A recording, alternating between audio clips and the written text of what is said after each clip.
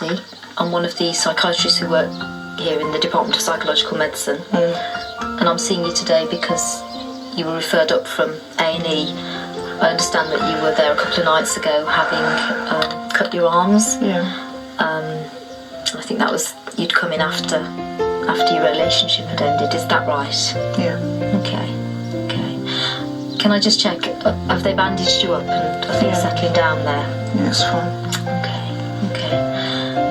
How have you been, Jane, since we last saw you in A&E? Crap, I mean, I just can't believe that he's gone. Right. And this is your boyfriend Mark, is that right? Yeah. Okay. How long had you two been together? I mean, it was only a couple of weeks, but, you know, things seem to be going really, really well. I don't understand. I can't believe he's just gone. Right. What was it that happened, Jane, to bring that relationship to an end? Well, it's like I said, because it was going so well, you know, I asked him to move in. Right. And he said that he didn't want to. Right. And we ended up arguing and getting into a big fight. Right. And then he said he was going, and, you know, I begged him not to. But he still went anyway.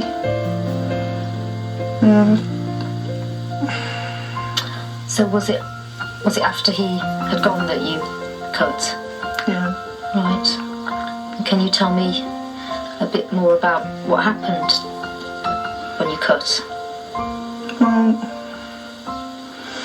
he'd gone, and I just felt I just couldn't bear the pain anymore. Right. And like the voices were just incessant. Right. And I just wanted to get rid of all the pain, all the voices, and so, I just cut myself. Right. And did that help with the pain and the voices?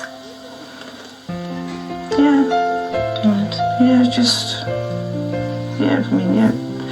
Took the pain away, and I don't know, it's just something about seeing the blood, really. It just made it feel better. So, with the cutting, is this something that you've done before? I've been doing it since I was, a teenager. Right, okay. And it sounds like there are times when you do it when it helps. Yeah. Right. Yeah, it takes the pain off. Right. And are there any downsides to the cutting?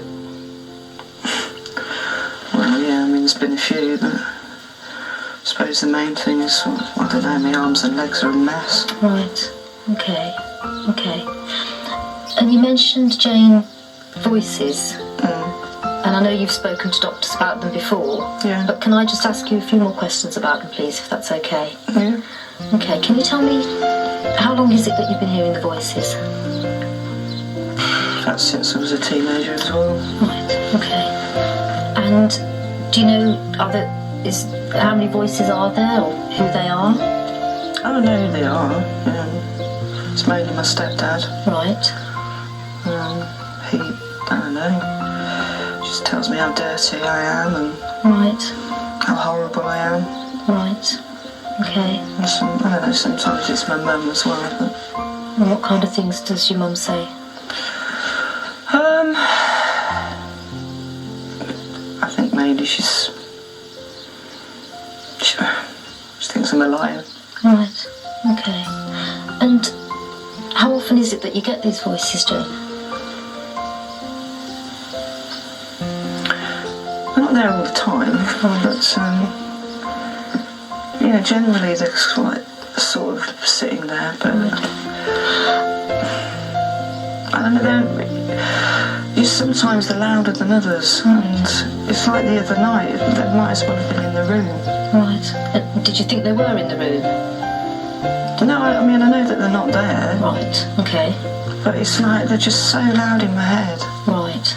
So can I just clarify that? Do the voices seem as though they're inside your head, or is it like my voice coming through your ears? No, it's like inside. Inside your head. Yeah. Okay.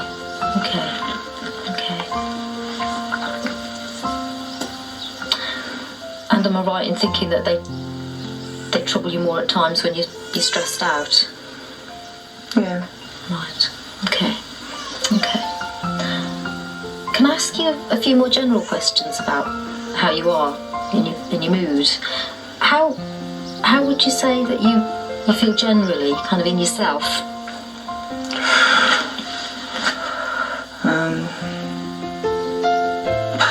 I hate myself. Right. Most of the time it's not. I just don't like being me. Right. That sounds as though it can be very difficult sometimes. And it sounds like you've used cutting in the past to help. Are there any other things that you do to help when you feel really bad? Drinking.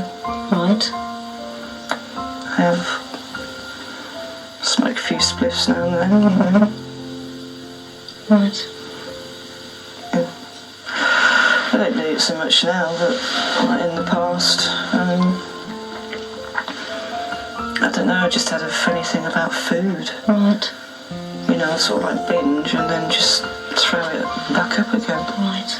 Okay. And that was in the past, but not recently. I haven't done it recently, no. Okay.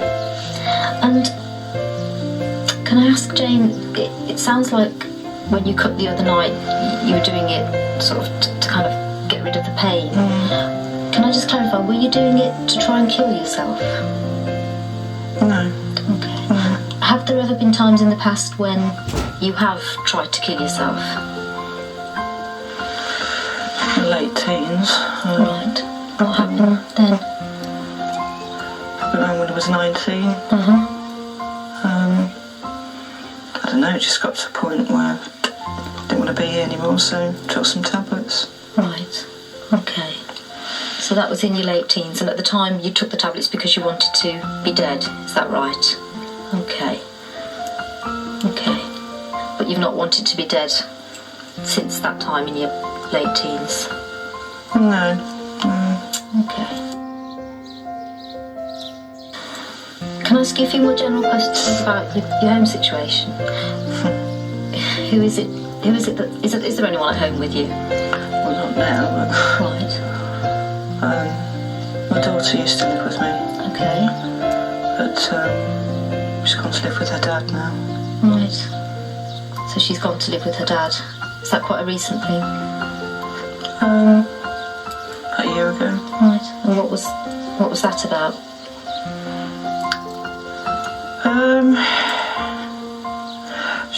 Just couldn't cope with the fact that I was cutting myself. Right. I didn't do it in front of her, but she knew it was happening. Right.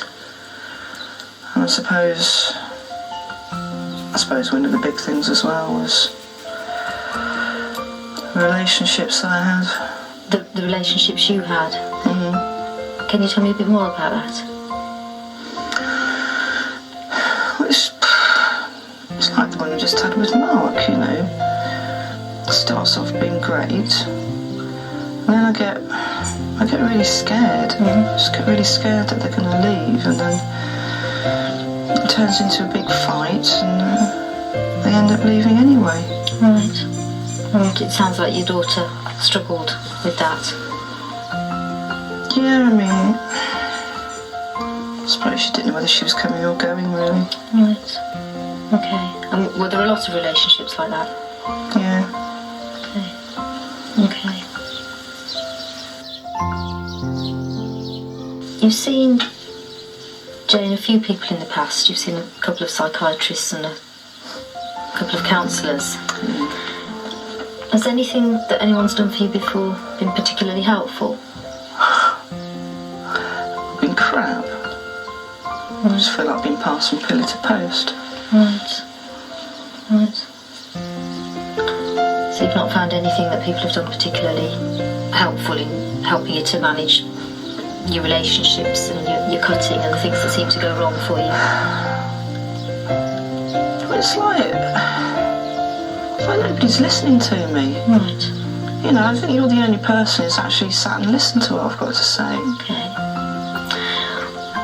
Would you think it would be worth given that this has been such a long-standing problem, clearly does get in the way of quite a lot of aspects of your life, do you think it would be worth us meeting again one more time and perhaps having a think together about how the service could best support you with this? What do you mean one more time? Can't I see you, sort of properly? Well, the way that we work here in this department is that we see people once or twice and try and think with them about the best place for them to be, and then refer them on to the most appropriate part of the service. So it wouldn't be usual for me to see you more than once or twice, Jane. Yeah, but like I said, you're the only person that's listened to me. I know it's very difficult,